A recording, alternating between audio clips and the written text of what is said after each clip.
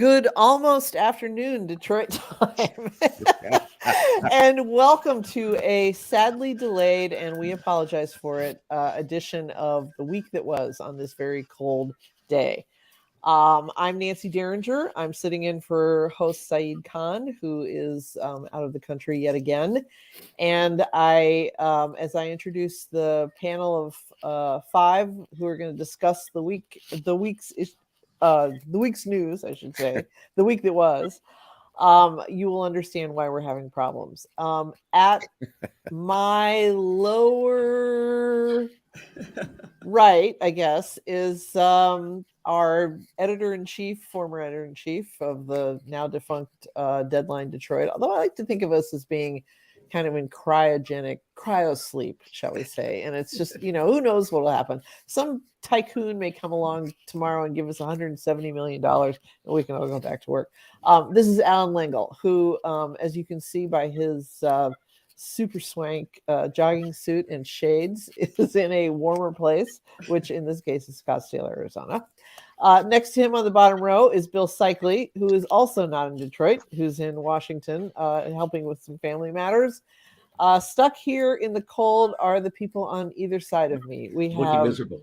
Yeah, exactly. We have Joel Sklar, attorney and also clinical psychologist, Joel Sklar. So anytime, if any reader or viewer has a question with a psychological angle that also involves the law, talk to Joel. And on my other side is CEO of Focus Hope, Portia Roberson. And we thank you guys not only for showing up, but sitting through almost half an hour of trying to figure out what went wrong. I, by the way, am coming to you not from my usual place, but from Grosse Pointe Shores, where I am dog sitting this week. So anyway, all right, let's get to it. I thought we would start. We had yet another complication. We were supposed to welcome Ira Todd, the former Detroit homicide detective, and I put this at the top of the list because I thought we wanted to talk to him about the news from last weekend, which was an astonishingly violent several minutes of police body cam footage out of Memphis, which of the horrifying traffic stop and beating of motorist Tyree Nichols. Is that his name? Tyree, yeah, who ended up dying as a result of this really repulsive, over-the-top attack by these police on his body. And I wanted to kind of talk to Ira about that, but I guess we're just going to throw the door or the floor open to anybody who wants to talk about it. I want to kick this off though, because I was talking to a Can I stop a second? We're hearing a scratchy noise. Is that coming from me? I don't know. Okay, I think it might be the wind in your earbuds since you're lucky enough to be outside. I don't know that. All right. Well, we'll see. Okay. I want to bring up something that a Facebook acquaintance of mine posted, and he said he's also a lawyer, and he said in his experience, the worst of these abuses by police on citizens tend to come out of these task force units, because task forces are generally comprised of police from a variety of different agencies. And he said, you might have an FBI, local police, sheriff's deputies, etc. And he said what ends up happening is nobody feels that they have to answer to anyone other than their direct boss, who's generally not the one running the task force. And so what you end up with is this kind of lawlessness and the spirit of, a lot of these task forces are given macho names, like the one in Memphis was called the Scorpion Force or something. And, they end up with this single-minded dedication to a very specific goal. And they, some weird psychological thing takes over, and you end up with these, like I said, horrific beat downs. And in this case it was a beat down, a tase down, a kick down. It was everything you can think of. And so I just wonder if anybody wants to talk about this at all. I'll give it a go. Is number one, my position with these police assaults has always been that, especially in this case, you have, officers, you have black officers, you have a black victim. And I think that one of the issues is that the racism and police bias in law enforcement, it's not the color of the officer, it's the color of the uniform. And this is part of the systemic racism that has plagued this nation for generations and will continue to do so. But that is one thing that I see as the reality. Second, I do a lot of these cases. They always happen in groups. Rarely is it one officer, or just two. When you have a wilding like this, where officers lose their mind, they lose their mind. It happens in groups, and there's this hysteria, this collective mob hysteria that overcomes the officer's good sense and training, and they end up killing people that ought not be killed or beaten or even touched at times. And so what I found the phenomenon is that it brings to light that it's not necessarily, again, the race of the officer, it's the institution itself that has to be altered and has to really be addressed. It's not just a few bad apples, it's a whole mindset. And in Detroit, we have, SOU, Special Operation Units, who also take a very aggressive approach in policing, with the overriding concern that we're going to get guns off the street and drugs, but they take some very overly aggressive tactics that result in a whole bunch of lawsuits against the city and a violation of civil rights. Now, Bill, did you have something to say? Yeah, I agree with almost everything Jill said. I would add a couple of points to that. One is, in this country, we have a problem with how much we're willing to compromise civil liberties for the perceived reduction in crime. And I think that's the mentality that gets us going. That, these are in high crime areas, and that takes over. Okay, so they're a little aggressive, it will help.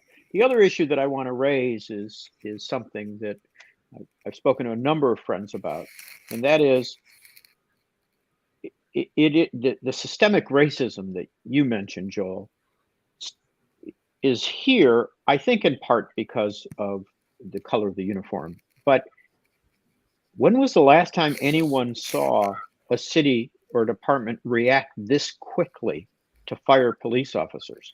And I can't help but wonder if that's in part because the officers are black.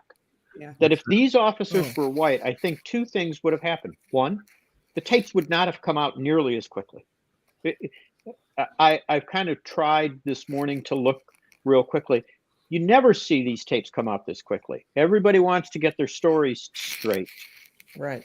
In the other cases. But here we have all black officers.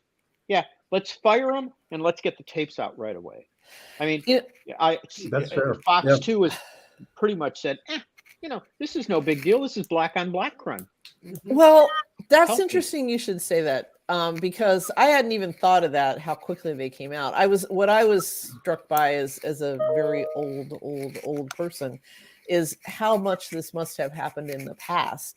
And we didn't know about it because we didn't have bystanders with a cell phone, that can take high definition video in about 2 seconds, or the police body cams. But that's not what happened here. No, that's right. You're right. I mean, and to tell you how arrogant these officers really were, they knew where the tower cam was.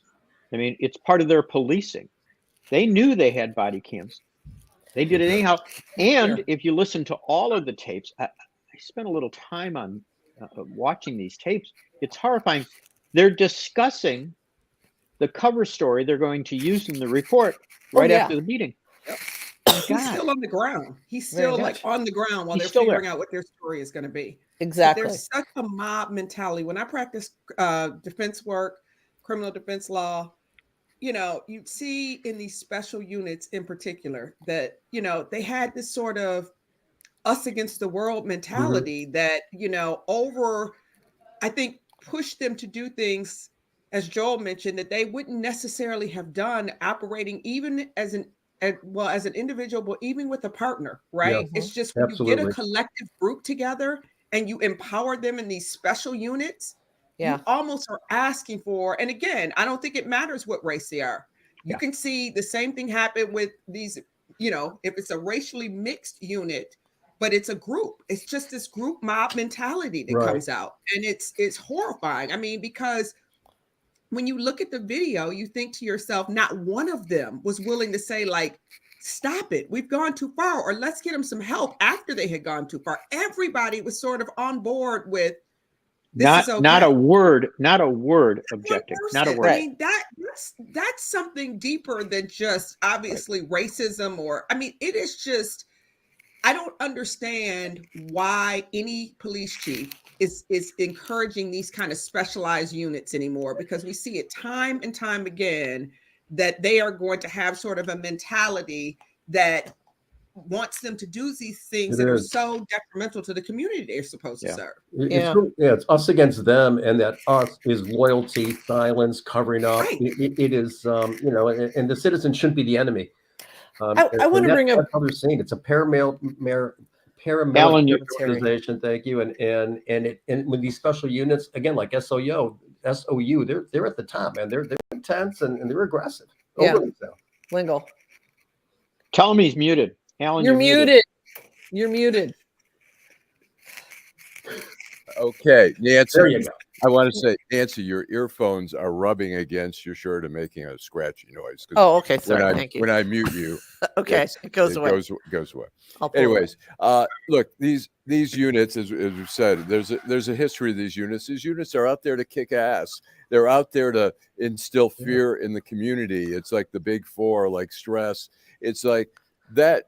What they were doing that night was just enhancing their image out there. Is like, you get in our way, you cross our path, we are going to kick the shit out of you, and spread that word to the community that look out for the Scorpions. And the other thing is, it's interesting. I mean, normally without knowing a thing, if we heard a guy was beaten to death by cops, we immediately think it's a black person beaten by white cops. And so the narrative here is really, I mean, people were like, what? All five guys who are being charged are black. And suddenly we say, we really have a police problem, not just a white problem here in the police department, but we have a policing problem.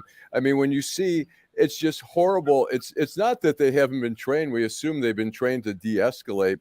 These guys escalated. They stopped the car. They yanked him out of the car, and immediately were putting him on the ground. I mean, the guy wasn't resisting. I mean, he was like, whoa, what's going on? But it was the poorest form of policing, but their form of policing, the Scorpions, was to kick ass. So they were into escalating, and it's really criminal how many departments act that way. I want to bring up two things here. This was a major crimes unit, wasn't it? The Scorpion Force. Yeah. It was for major crimes. For high crime. Yeah.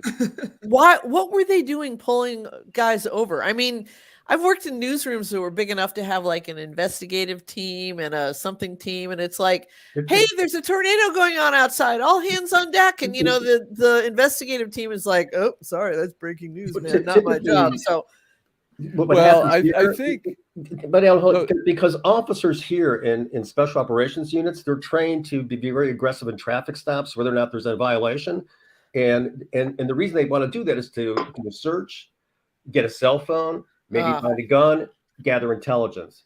Yeah, and that's the overriding concern. So there's a whole bunch of aggressive stopping, maybe when there should be no stop whatsoever, in the hope that you're going to find something, and that's the wrong way to police. It's like zero tolerance, like in New York when they had the zero tolerance. They could stop anyone for anything. You littered, you spit on the sidewalk. It gave them what they probable cause to stop. And here, as Joel was saying, they're looking for guns, drugs, whatever, but they're also looking to enhance their image as badasses in the community. Yeah, I guess I really, one thing that really hasn't been answered is, what was that guy doing that caused them to pull him over? I mean, was it a change lanes without signaling, or was he? And the chief has already said that she didn't see anything from the tapes that would warrant him even being pulled over. So it was almost like an eeny, meeny, miny, mo thing. It's like, let's get this guy. So they started saying on the tapes.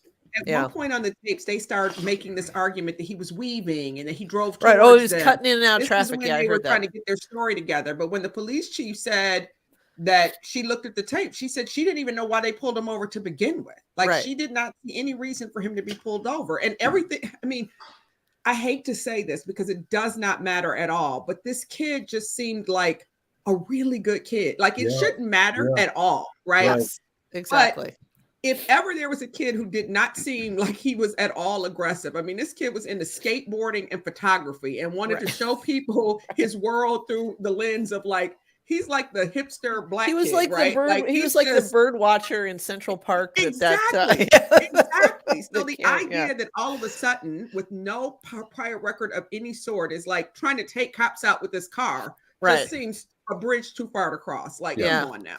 Well, here's the other thing I want to mention, and I said this, you know, many times on this show we say, "My God, I can't believe this only happened on Tuesday." You know, it feels like it happened 6 months ago, but I mean, I don't know if the lesson that's going to be learned from police departments is the sooner you get that stuff out there. I mean, it may have something to do with what Joel said or Bill said, that, you know, because they were all black, they could fire them immediately and it would be over with.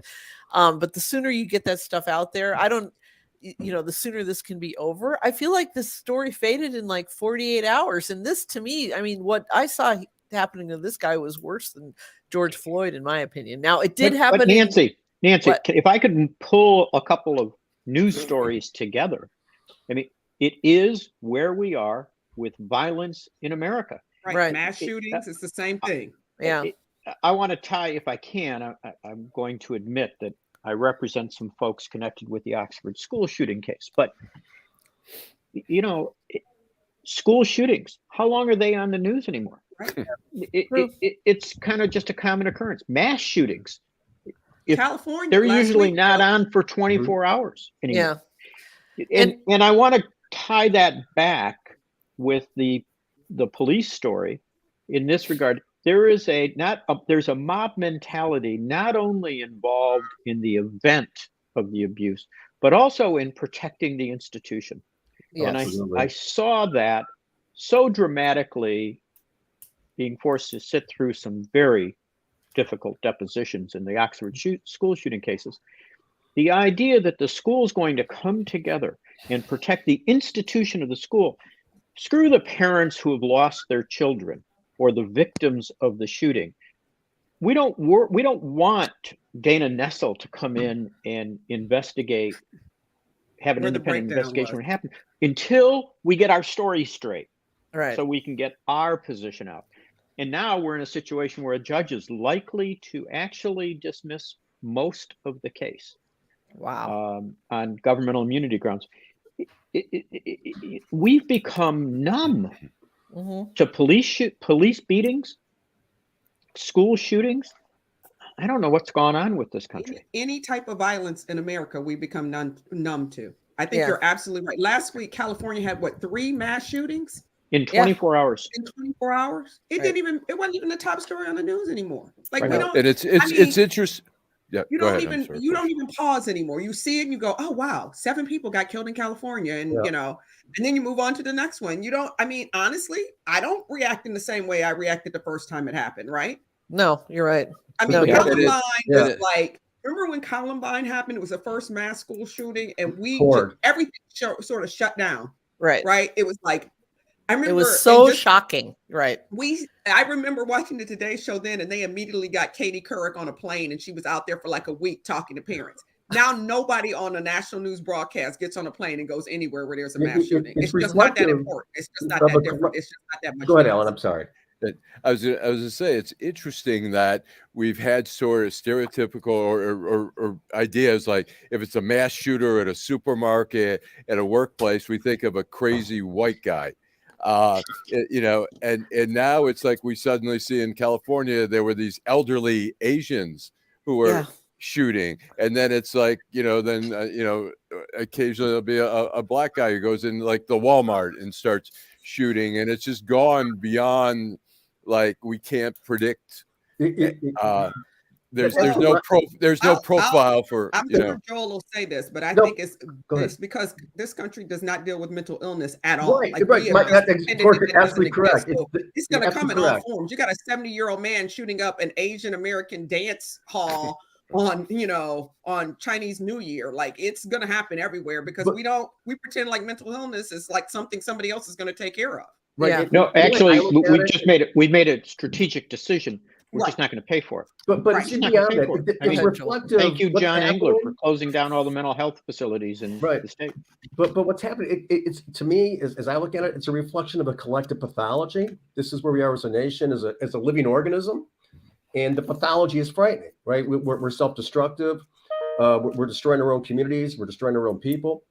It's a pathology that we have to address. It's beyond the mental illness, absolutely, getting more care and treatment. But as a nation, we have a pathology where we are at war with ourselves. And it's just manifested itself in very concrete ways. Police brutality being one, other murders, the amount of suicide that's going on among our young. The acceptance that everybody lies, nobody tells the truth, and it's okay. I mean, so there's something collectively, the pathology is a very frightening pathology collectively. Agreed. All right. Let's move on because I think we want to kind of shrink this show down so we don't keep people here too much later than we intended to. Let's go to Washington and where Bill is at the moment in his actual human corporal form, but also let's go sort of metaphorically. And it's,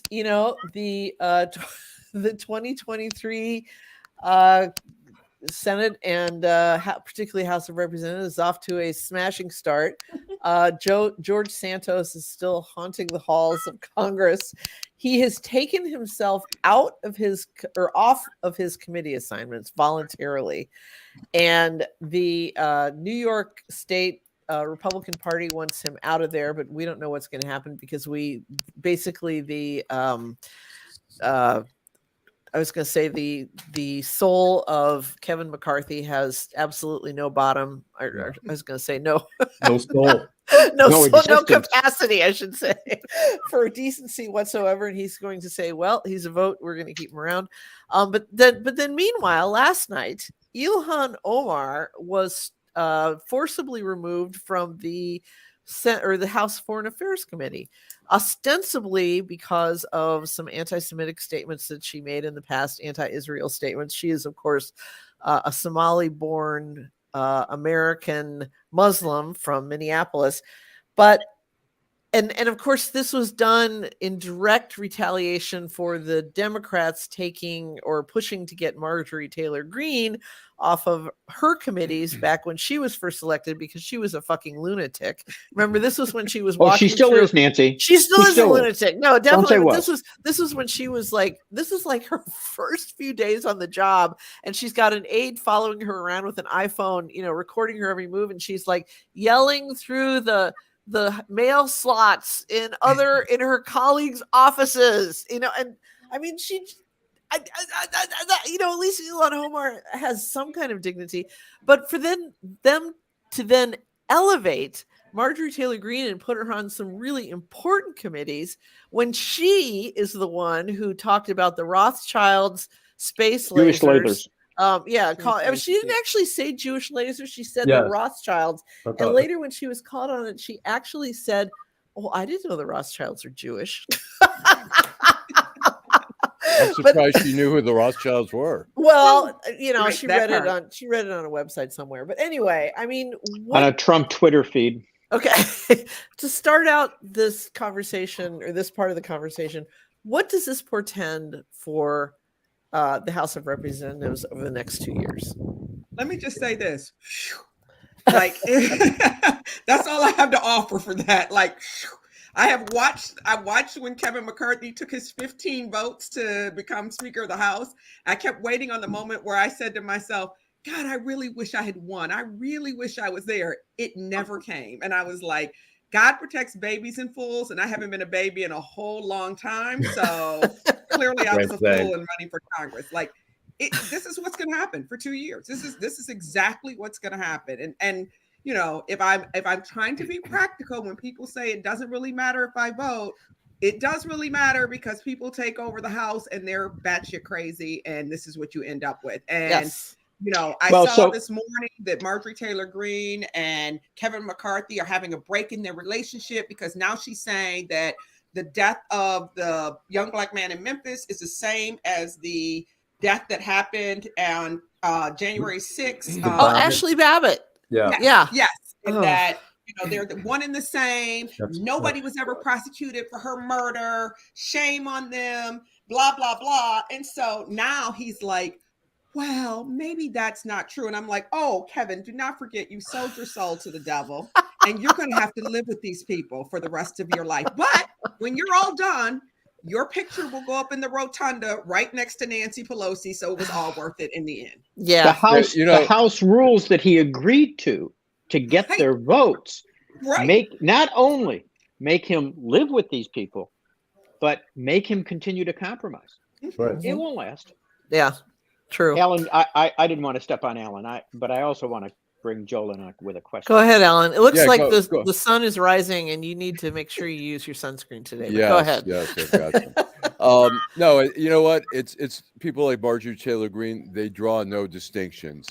Everything's black and white. There are no nuances. There's nothing. I mean, here's a motorist in Memphis. He's driving, doing nothing. Here's a woman breaking in the Capitol, trying to break into the secondary part to lead a lynch mob. And no distinction. Yeah. No distinction, and that's what They we're both seeing. died. We're seeing that with the document case that's going on. I mean, everyone else, yeah, come on, FBI, search my house. Here, we found some documents. Trump is like, fuck you. You want your documents? They're my documents. No distinction there. And in the end, I think that case, because of the jury's probably not going to be able to make a distinction. That case is probably going to go away for Trump, I think. But anyways. Yeah, and I want to point out one other thing. When Ilhan Omar made her anti-Israel and some say anti-Semitic remarks, her own party came to her and said, you've got to apologize. That's beyond the pale. I mean, these people, this is, you've crossed the line. And she did apologize. Yes. Who in the national GOP or any GOP has said jack shit to Marjorie Taylor Greene about her comments, other than weirdo outliers like maybe Peter Meyer and the few conscience retaining Republicans who get voted are out left of in the Congress world. the moment they do that. Yeah, get challenged exactly. By other members of their party the moment they do that. Exactly. Right. Yeah. So I want to go back to Joel's comment about the national pathology in this issue. I mean, if I'm an optimist, I say this is the beginning of the destruction of the Republican Party, and it will be so ugly and so bad that the Republican Party will be destroyed, and we're going to have to reorganize politically and begin to deal with the pathology that Joel talked about. That's an incredibly optimistic view, especially when you consider that the fact that Trump may well get nominated again. But I do think that what we're looking at is the polarization of the country in ways that I certainly never considered likely or possible before I got this old. And the polarization is increasing, which is amazing, because you think it can't increase anymore. We can't get more divided, and we do get more divided. And I think, Bill, you may be right that the Republican Party, there's got to be a schism within the party already. I'm sure there is. I mean, I'm not so sure there is. I mean, look at everything I've read, and I keep on looking for evidence that will give me hope. I don't see it. A third of the country would still elect Trump as president of the United States, and that represents over 70% of the Republican Party. Yeah. After all of this, after terrible. January 6th, after everything that's happened, they're still there. Yep. I don't know that you bring them back. No, you may not be able to. And the Republican Party is, again, it's the party of white power. I mean, it's so far to the right to embrace I never could imagine that we would be where we are, where we're debating this, but there is a look at DeSantis, getting rid of African-American studies. I mean, there is just a white power Republican element that's been there, I guess, forever. Right. But my God, it's now the dominant strain of the party. While it's been there forever, Joel, it hasn't always been so robust. It hasn't been acceptable. Yeah, now it is. I mean, there is a benefit to saying to people, don't use that terminology around me. You know, I can't stop you from being a bigot, but I can stop you from acting like a bigot. Mhm. Yeah. I mean, when you Trump look at what is changed all that. MAGA, Comfortable in front of you to do it. just Right. the phrase MAGA is really about white supremacy, nationalism, all that kind of Right. stuff. That the ugly side of America. You hate to say it. I mean, It's the again that It's the again, that right? tips When it the wasn't hand. great for everybody. Yeah, but right. Yeah. So go ahead. You were saying, Alan. I'm sorry, I didn't mean to. no, cut I'm you. just saying that it's really become. I mean, when we look at really the trajectory of the Republican Party over the last 15 years, it's like anybody who's first the liberals were kicked out, then the moderates were kicked out, and now the least radicals become the moderates. I mean, like the Lindsey Grahams are, who are whack jobs The pillar of themselves. strength. Right. Yeah, they're the rational people in the party now. It's just crazy. They're more in the House. I mean, if somebody was mentioning Boebert, I mean, there's so many crazies in that party, so many offensive people who don't give a shit about Americans as a whole.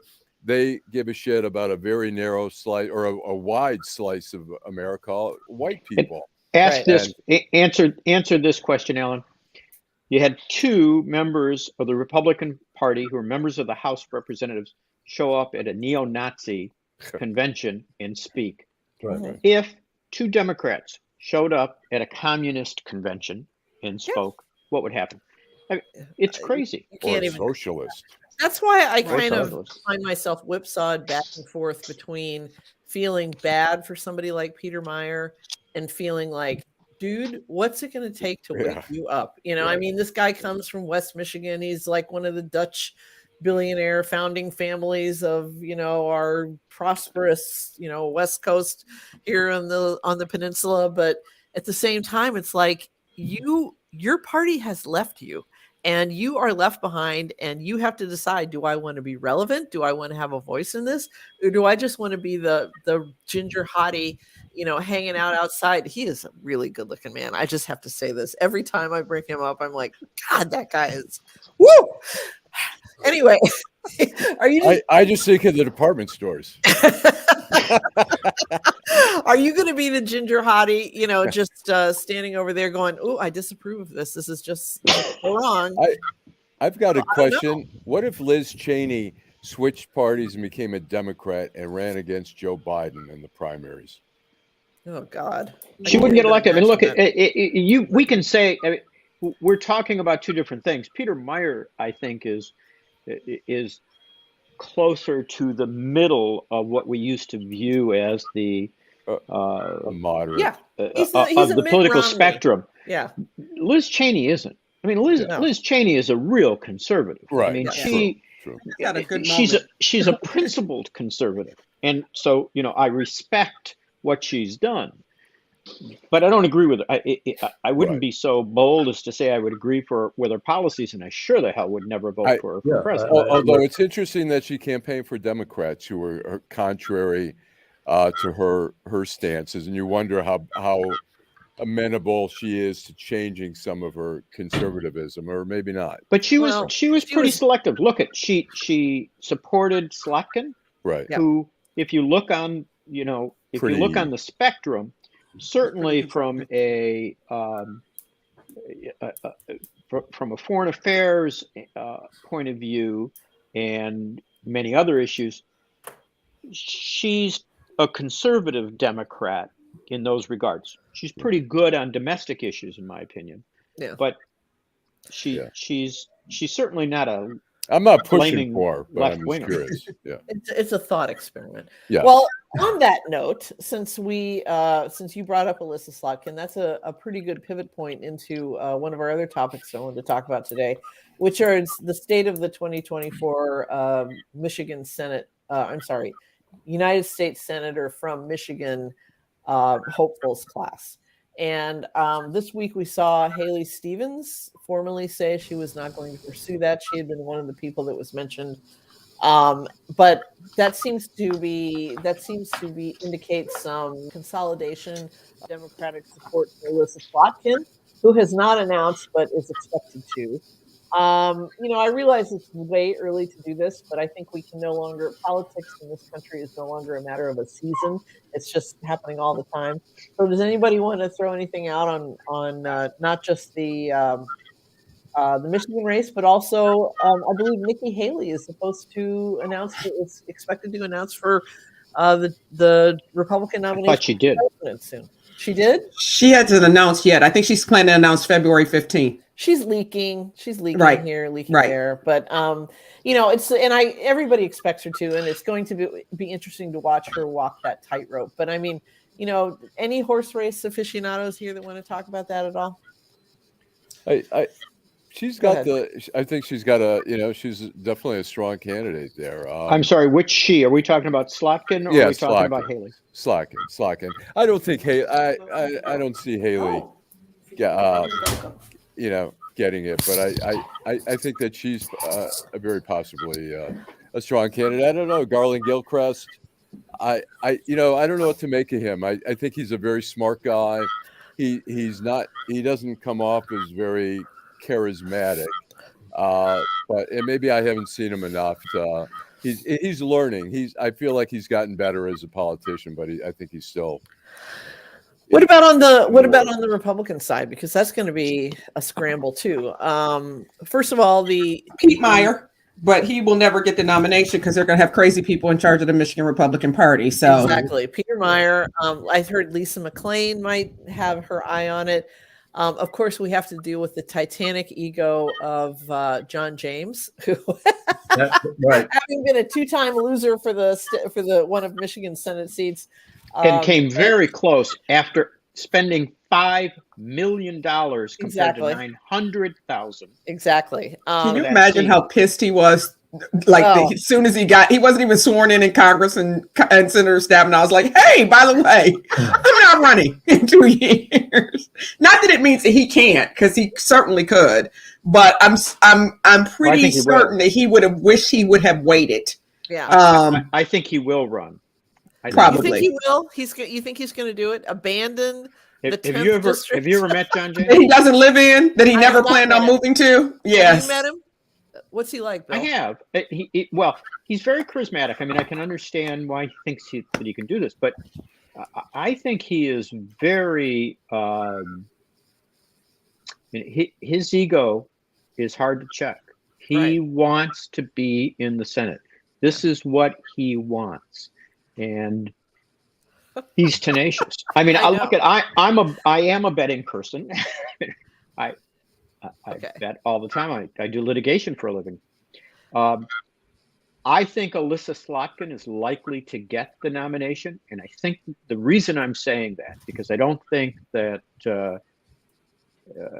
I think that the party in Michigan is probably further to the left than Slotkin is, but I think that she's going to get it because I think that the party, the Michigan Democratic Party, for the first time in my lifetime, is much more interested in actually winning races than they've ever been. And I think that she is by far the most likely Democrat to get elected to that seat. For a whole bunch. I don't know. I would venture to say that I think there's still some consideration from Garland Gilchrist, and I think that's gonna really play into where people go. I've heard a couple of other names that I think are far-fetched, but I think the Garland Alyssa would be interesting because, the problem for Alyssa is her connection to Detroit, Flint, Grand Rapids. She's never represented those areas. She doesn't have a deep connection to that. And as you mentioned, Bill, she sort of leans a little bit more right than maybe certainly on national security issues. She was CIA, I don't know how well that flies in Detroit, like in other urban communities. So, it'll be interesting. I think there's a lot of people. Somebody just mentioned, and I think Andy Levin's probably interested. Yeah. I think Tim Grimel. I think there's a bunch of people out there who what about be interested. Pete Buttigieg? Do you think he said no? He said no. No, He said no already. He said he was. I mean, he can't say yes. He works for the administration. That thing called the Hatch Act. If he starts politicking Right, for yeah. the Senate seat, will be problematic for the But administration. he could have remained silent. He could have Would have been remained silent. So I post-war, think, I think he wants to run for president from Michigan. I think that's where he thinks that was part of why he wanted to move back here move here is because. But here's a little pool. I'm going to predict that there will not be a major primary for this seat in the Democratic Party. I think whatever's going to happen is going to happen within the Democratic Party, that people are going to convince people This is not to run or to run. Right. As far as Garland's concerned, it'll be interesting because I'm not sure that if he runs for Senate and doesn't win, he can turn around and run for governor. Yeah. Right. And Interesting. and I think that that's what he's been or mayor of Detroit as well. Right. Yeah, that's true. Here's David Porter says he thinks Ruth Johnson will run. So former Secretary of State Ruth Johnson. So that could be interesting. I don't know. We'll see. It's going to be a great couple of years in Michigan. A lot of national focus. And how do you get through a what- Republican primary in Michigan without being To the right. Way crazy. Right.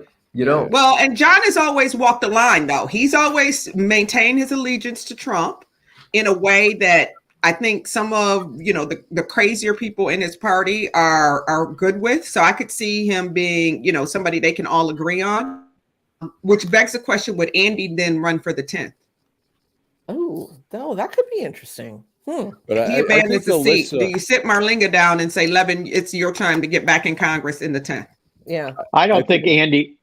I don't know who they'd put up if John James wasn't in. I love Andy Levin. I love Carl Marlenga. I'm personal friends with both of them, and I will tell you that I thought that I was in the group that said Carl Marlenga was the better candidate in that district because of his deep roots and because of his name recognition. He spent $900,000 and came within 1,000 votes. He certainly did. Yeah. He's a formidable candidate in that district. Yeah. And I will be honest, and you guys know I'm a tried and true Democrat, but that was one where there was a mistake made because they should have spent more money on that race because he probably could have pulled forward in front of John James. I'm sure you're amongst the group of people who begged the DCCC for money. We've unpacked this question a couple times on this show so far, Portia. So that's our regulars are very familiar with it. And since we're just repeating ourselves, I'm going to say I don't know if John James can run for Senate on a noun, a verb, and a helicopter, but you never know. So, all right, I want to kind of keep this a shorter show today because we got such a late start, and I know a lot of people. I want to be respectful of everybody's time, but I do also want to move to a somewhat lighter topic here, and let's talk about the second retirement of the GOAT quarterback Tom Brady, who seemingly has not put a foot wrong in his career since he landed at the University of Michigan way back when. Married a supermodel and had beautiful children and a wonderful family, and left at the absolute peak of his career, and then apparently just didn't like sitting around the house, and so unretired, and a year later is now limping off stage under a cloud of kind of semi-humiliation. You really can't, you can't take away everything that he's accomplished, but you can say that was a dumb thing you did there to go back. I really think it cost him his marriage. I think that's why they split up, because she was like, the same for retirement in sports is better to leave a year too early than a year too late. Yeah, because you ruin your legacy, you diminish it, and he's still the greatest of all time, no question. He's got 7 rings. It's absurd. Right. But yeah, I think it's a little bit sad the way he went out the second time. On the beach, you're not making your speech. You already made that. It's a little bit sad to see him go out this way. I wish he would have just won that Super Bowl, tip his hat, whatever, go on his way. Guys, he signed a 10-year, $375 million contract with Fox News. I'm thinking he's fine. I'm not going to shed a tear before it went out. I'm like, you know what? You're going to be good. Do it on the beach. Do it from your bed. Retire. Send us a tweet. It doesn't matter. I mean, it doesn't matter. $375 million. Like you're going to be fine. His little choking up. I was like, it's okay, Tom. I was hoping he had lost more to that crypto crash, but I guess not. So anyway, Lengel, you had your finger up. I was going to say, Robert Kraft, the owner of the New England Patriots, wants him to come back sign a one-day contract so he can retire as a Patriot who, a true Patriot. A true Patriot. Yeah. Exactly. Although the problem will be if he comes back and signs the Patriot, then when they write about his illustrious career, they also got to talk about all the cheating that went on while he was in New England. So that might be a little bit more problematic. He may want to just stay away from it. I'm retiring as a Buccaneer. It's fine. Deflategate. Yeah, exactly. Deflategate. All right. Okay. So we're at that point in the show a little early, but go ahead, Lengel. Let's kick it off. All right. Wait. I'm sorry. That's why I sent it to you. Yes. You were supposed to. Okay. I'm a little off my game today. You're definitely off your game. That sunshine in Arizona. Oh, right. I'm like downtown Detroit, Robert Wells, Schmuck of the week. Love him. I love him. Nicest guy in the world. Yeah. He's a great guy. All right, so it's that time when we kind of go through the week and decide who were the week's dumbest, most evil, otherwise with schmucks. And Lengel, since you started off, go ahead. All right, I'm going to say two people. Matt Gaetz, he's advocating for the elimination of ATF, which enforces gun laws. Why do we need gun laws even with what's happening in our country? He says that ATF is threatening the Second Amendment, and he wants to get rid of it. My other one, real quick, is Allan Weisselberg, Trump's bookkeeper, CPA, whatever the hell he is. The guy's got the goods on Trump. I think they're trying to squeeze him again because they want to make the Stormy Daniels case even more solid than it is. I don't know how much more solid you can get on that, but anyways, Allan Weisselberg, who's probably one of the bigger schmucks anyways. So okay, I'll give you one. I got DeSantis. I just can't stand the guy, and I hate what he did. I hate what he does. I hate what he stands for. I hate the agenda that he's pushing. It's so destructive. I think there's the lack of respect that state has for minorities and education, as I see it, and really giving a good foundation to the students and the kids in those communities is just pathetic. And so Florida is such a white state too, it's right. But it's so it's a full-throated embracing of this complete white supremacy bullshit that is existentially a threat to all of us, and it just bothers the hell out of me. So he's my schmuck. And the College Board is even schmuckier because they buckled to him. But anyway, Portia, you had your finger up? Well, he was mine, but I'll take an offshoot of him, which is, I think it's the Florida Athletic Association, who has asked for women athletes in Florida to report when they're getting their menstrual cycle so that they can figure out if there are any, I guess, women athletes who may be trying to have an abortion or do something crazy. Like, it's a really weird thing, but they're like, you have to report when your menstrual cycle starts, when it ends, how old you are, all this craziness, which I think is just a byproduct of the crazy that sits at the top of Florida, which is DeSantis. It is a shit show down there, and there's not enough no sales tax and sunshine for anyone to want to live there. I mean, Florida is trying to out Mississippi. Right. And that could be done. And once again, you can tell that was a law that was pushed by men, because if there's two things that every teenage girl knows, it's number one, you can go for your entire teen years and never have a regular 28-day period cycle, because that's just the way young girls' your body bodies works. are. Right. And number two, if you are a total serious athlete, if you're really pushing it, you might also skip a lot of periods, because that's a function of, having less body fat and, the kind of work that you do. And I'm sorry if I don't want to make it too squeamy for you guys here, but I mean, that's just the way it is. And the idea most women long distance runners. Yeah. And I came up in the days when it was still, you could still get out of gym class by bringing a note that said, I'm having my period and I have really bad cramps. So I think it's kind of funny, but anyway. All right. Who does that leave? Bill? Go. Mine is, I'm going to go with a lesser known name, Derek Evans. He just represents a group to me. He's a West Virginia a candidate for Congress in West Virginia. And he was also arrested in the January 6th riots. And he told the judge, I so regret getting caught up in this.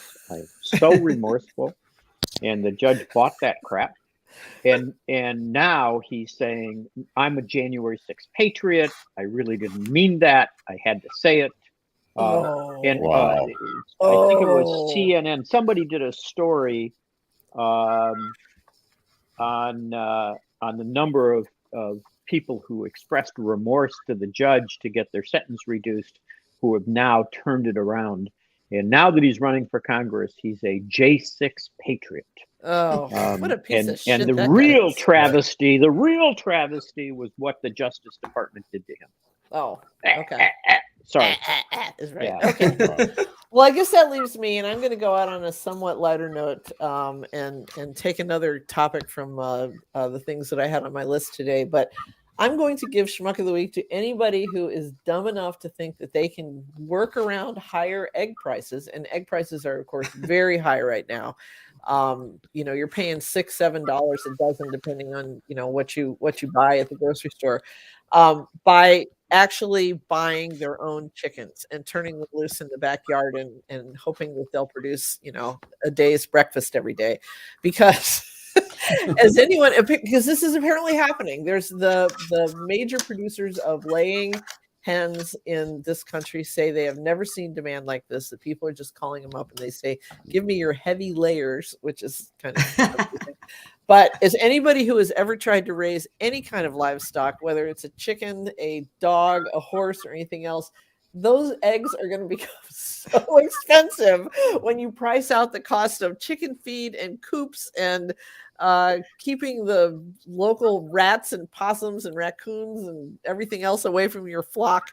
You aren't going to believe it. But, not to mention how you're going to piss off your neighbors. And piss off your neighbors. Exactly. Yeah, that's part of it. Although I have to say, I was in Chicago this week in a very densely populated urban area neighborhood. I was amazed at how many backyard coops I could see from the sidewalk. So, there's a way to do it, but it's pretty nuts. Yeah. So anyway, my niece is part of a group in Bangalatown where they've had it for at least 2 years. They have a group of chickens and they all get a few eggs. I don't think it produces a lot of eggs. Well, a chicken will, during the warmer months, a chicken will lay an egg a day, but it's always feast or famine. You either have like so many eggs, it's like zucchini in July, or you don't have any at all, in which case you're just glowering at them and they're eating up all my chicken feed and not giving me anything for it. So anyway, All right, guys, I think that will do it. We do apologize for having such a late start today, but technical issues can confound any of us. I want to say thanks to everybody who showed up to watch, and especially our panel who sat through the delay. Bill Seikaly, local attorney, coming to us from Washington, D.C. Joel Sklar, also an attorney, coming to us from freezing cold Metro Detroit. Portia Roberson from Focus Hope. Ditto. And down in the sunshine, in the shades, in his tracksuit is old Jewish man, Allan Lengel. I'm Nancy. I like to think of myself more of a mobster out here. I'm in witness protection. Portia's also an attorney. Don't let her get away with that. That's right. Maybe the director of Focus Hope. That's right. You can't get out of this. I can't. I still got a valid P number, so I can get into court any day. Dalton would never let me get away from that. So. So that's okay. So we have 3 attorneys and 2 journalists. I am former journalist and happily retired, just bon vivant Nancy Derringer. Thanks again. Hope to see you next week. And Lengel, drive home safely. All right.